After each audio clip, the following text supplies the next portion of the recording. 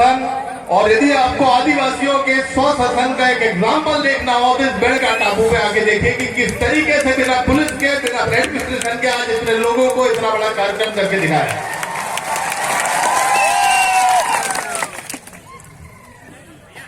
ये जो धरती है, सोम, माही और जाखल नदियों का जो संगम है, जहां पर ये तो बेड़का टापू है, मैं इसको बेड़ेश्वर नहीं कहूंगा क्योंकि शुरुआत अतिक्रमण की नाम से होती है।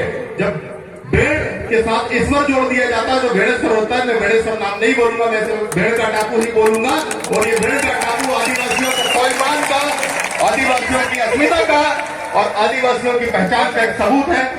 ये वो भूमि है जो हजारों साल से, जो बेड़का भील, जो मावजी महाराज है, ये उनकी कर्म भूमि है और इस कर्म भूमि को हम लेकर रहेंगे। और इस मंच से मैं आज राजस्थान के मुख्यमंत्री को चेतावनी देना चाहता हूं कि अपने राजस्व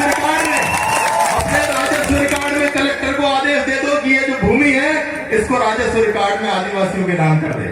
और सिर्फ इस भूमि से काम नहीं चलेगा। जो संविधान में आपको पावर दिए हैं वो टीएससी के अंदर दिए, ट्राइबल एडवाइजरी काउंसिल। जो ट्राइबल एडवाइजरी काउंसिल, हमको डमी काउंसिल नहीं चाहिए, हमको ऐसा अध्यक्ष नहीं चाहिए जो चीफ मिनिस्टर जिसका चेयरमैन हो। उदयपुर का जो टीएससी का कार्यालय है उस पर भील प्रदेश और इस आदिवासी परिवार का कब्जा होना चाहिए। कम से कम 80% पोस्ट जो है, कम से कम 80% जो पोस्ट है वो आदिवासी परिवार के लोगों को आपको दी जाए। आप लोग तय कीजिए कि अध्यक्ष कौन होगा। मैं आपसे वादा करता हूं कि 2023 के पहले वो आदमी टीएससी का चेयरमैन होगा। मेरी उच्च स्तर पे बात हुई और मैंने उनको बोला है कि जहां जहां पर टीएससी का गठन हुआ है वहां पर चीफ मिनिस्टर टीएससी का चेयरमैन नहीं होना चाहिए, वहां पर चेयरमैन आदिवासी समाज से होना चाहिए। और जो टीएससी की पावर मैं आपको बताना चाहता हूं कि टीएससी कैबिनेट से भी बड़ी होती है। कैबिनेट को जो पावर होते हैं उससे कई ज्यादा पावर अनुसूचित एरियो में टीएससी को दिए गए संविधान के अंदर। लेकिन कोई भी माई का लाल, कोई भी राष्ट्रपति, कोई भी राज्यपाल, चूंकि ये चंगू मंगू है उन सरकारों के, उन चट्टों के, तो ये इनको जमीन पर नहीं। गवर्नर क्या कर रहे हैं? गवर्नर एक संघ परिवार की गुलामी कर रहे हैं। राष्ट्रपति क्या कर रहे हैं? संघ परिवार की गुलामी कर रहे हैं। हमको बड़ी खुशी हुई थी जब द्रौपदी मुर्मू जी का नाम आया था, लेकिन जब हमने देखा कि एक शंकर मंदिर में उनको झाड़ू लगाते दिखाया गया, क्या दिखाना चाहते हो आप आदिवासियों को? किस तरीके से आप दिखाना चाहते हो? हमारी खुद की संस्कृति है, हमारा खुद का धर्म है। आप क्या दिखाना चाहते हो आदिवासियों को कि आदिवासी आपका गुलाम है? इसी गुलामी से आदिवासी को नफरत है, इसी गुलामी से हमें नफरत है। और हमने जिस तरीके से अंग्रेजों को भगाया उसी तरीके से इस बेड़ेश्वर टापू से ये जो लोग हैं आज बड़ी सुरक्षा कर रहे हैं। देखिए आप वहां पर मंदिरों की, इनको डर है कि कहीं आज कब्जा नहीं कर लें।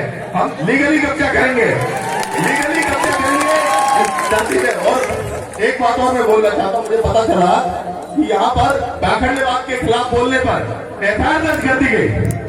अरे पाखंडवाद के खिलाफ बोलने की आजादी तो संविधान देता है। मैं कोई डॉक्टर हूँ, मैं कई सर्जन हूँ, मैं माताओं बहनों से बोलना चाहता हूँ, कोई जरूरत नहीं है आपको उपवास करने की।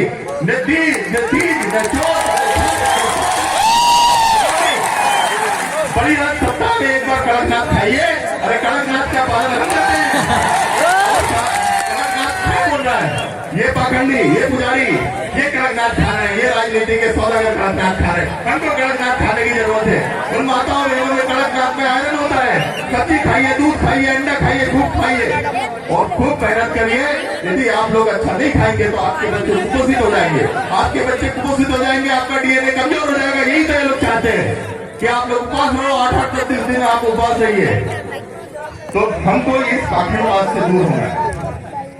जहां तक संस्कृति के का सवाल है, मैं आपको बहुत सारे उदाहरण दे सकता हूँ। महाकालेश्वर का नाम आपने सुना होगा। महाकालेश्वर की स्थापना किसने की? उज्जैन की स्थापना किसने की? गर्दभील ने की। गर्दभील के कुल देवता थे। गर्दभील का लड़का जो था उसका नाम राजा विक्रमादित्य था। राजा विक्रमादित्य के कुल देवता है। छत्तीसगढ़ के अंदर बमलेश्वरी माई है, बमलेश्वरी माई है, वो इसी विक्रमादित्य की कुल देवी थी।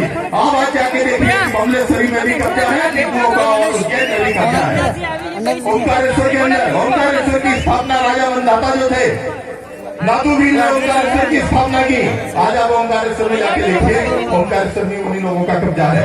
तो यदि आप लोगों ने आवाज नहीं उठाई तो धीरे धीरे करके आपके जितने भी आस्था स्थल है, 90% जो आस्था स्थल है वो पहाड़ों पे है। और पहाड़ों पे कौन रहता था?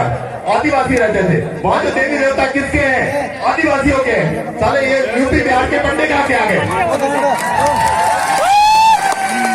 हमारे संस्थानों पे, हमारे आस्था स्थलों पे हमको कब्जा करना होगा। हम संवैधानिक तरीके से, हम तो लोग हैं, संविधान को मानने वाले लोग हैं। हमको मजबूर मत करिए कि हम बिरसा मुंडा और ठंडा भीड़ के रास्ते पे जाएं। हमको चुपचाप हमारे अधिकार, हमको चुपचाप हमारे आस्था सौंप दीजिए, नहीं तो ये आदिवासी अभी तो ज्यादा है। जितने लोग खड़ा हुए आप लोग भागते फिरोगे। जय